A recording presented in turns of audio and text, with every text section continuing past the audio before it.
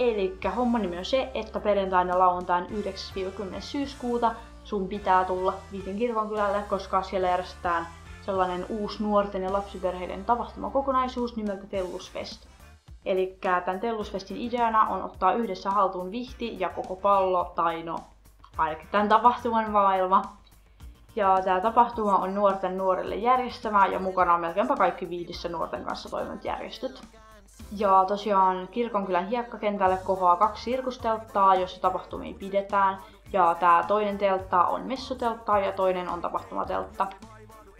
Lisäksi tapahtuu muun muassa Vykissä, eli Vihdin yhteiskoulussa, kirkonkylän kirjastolla, kirjaston takana liikekeskus pääkonttorilla. Ja Tellusfestin avajaiset pidetään perjantaina 5:30.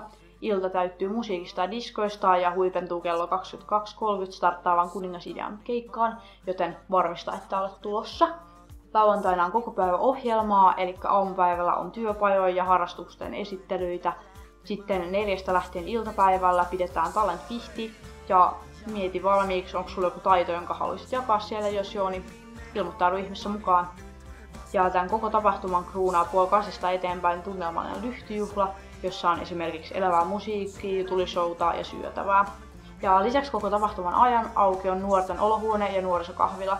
Ja hei, Tellusfest tarjoaa myös luureja kirkonkylän Pokestopeille, joten jos omistat Pokemon Go-pelin, tuppa ihmeessä pelailemaan. Elikkä ei kun vaan kaikki mukaan, että nähdään sitten Vihdin kirkonkylällä 9-10. syyskuuta. Tuli sisällä puhaltaa lujaa, kovempi vauhti sitä hiljentää. Luulin ettei oo umpikujaa, jos ei anna sydäntää.